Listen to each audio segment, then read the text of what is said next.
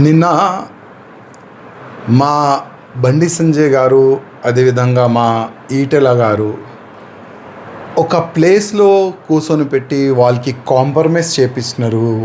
అభయ్ పాటిల్ గారు, ఇంకా మా డాక్టర్ లక్ష్మణ్ గారు అందరు కూడా వీళ్ళందరూ ఒకటైతేనే తెలంగాణలో భారతీయ జనతా పార్టీని ఇంకా మనం స్ట్రాంగ్ చేయొచ్చు. ఆ ఒక మంచి ఆలోచనతో అందరు కూర్చున్నారు, మంచిదే. కానీ ఆ ఇద్దరు వ్యక్తులు ఒక్కటైతే తెలంగాణలో మన బీజేపీ గవర్నమెంట్ వస్తుందా నేను అడుగుతున్నా. ఈ ఇద్దరు ఒక్కటే ఉన్నారు, ఇద్దరు ఒకటే ఉన్నారు. ఓకే, కొద్దిగా మనసులో కొన్ని క్వశ్చన్ ఉండొచ్చు, కొన్ని బాధలు ఉండొచ్చు, ఒక్కటేనారు, చాలా మంచిది. కానీ ఇవాళ భారతీయ జనతా పార్టీలో చాలామంది సీనియర్లు, అధికారులు, సీనియర్ కార్యకర్తలు చాలామంది ఉన్నారు. వాళ్ళ పరిస్థితి ఏంది వాళ్ళ పరిస్థితి?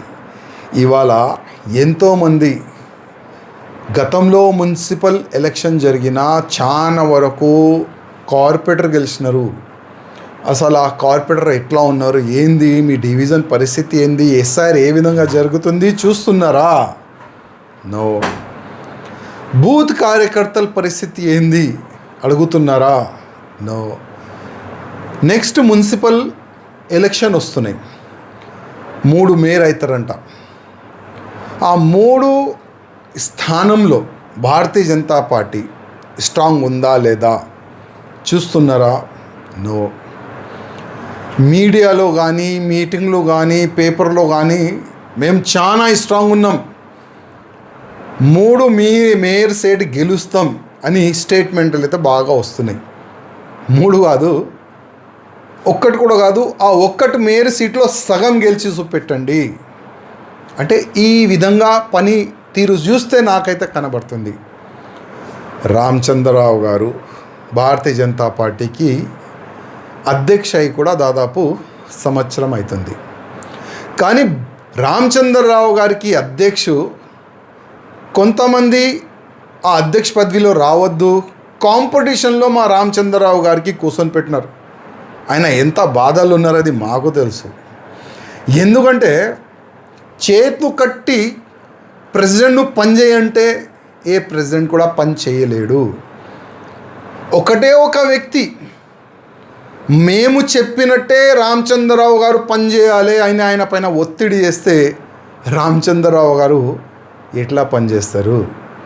రామచంద్రరావు గారు వచ్చే మున్సిపల్ కార్పొరేషన్ ఎలక్షన్, ఆ కార్పొరేషన్ ఎన్నికల్లో చాలా వరకు సీట్లు గెలిస్తే మీకు పేరు వస్తుంది. ఒకవేళ ఇప్పుడున్న కార్పొరేటర్లో సగం వస్తే అది మొత్తం మీ పైననే రాలేస్తారు. అది మీరు చూసుకోండి. అందుకోసం కేంద్ర అధికారులకి మీరు డైరెక్ట్ మాట్లాడి, మీరు చేతు కట్టేసినారు కదా వీళ్ళు, ఆ వ్యక్తుల గురించి మీరు డైరెక్ట్గా కేంద్ర అధికారులకు చెప్పండి. మీరు ఫ్రీ హ్యాండ్గా తెలంగాణలో వచ్చే మున్సిపల్ ఎన్నికల్లో మీరు పనిచేస్తేనే మంచి రిజల్ట్ వస్తుంది.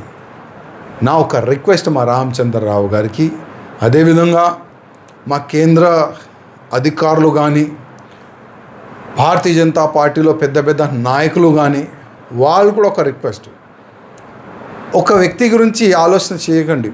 మాలాంటి చాలామంది వచ్చినారు, మాలాంటి చాలామంది గాయబ్ కూడా అయిపోయినారు. హిస్టరీ మనం చూస్తే మాకు ఇష్టం కూడా లేదు, మీ భిక్షం కూడా మాకు అవసరం లేదు.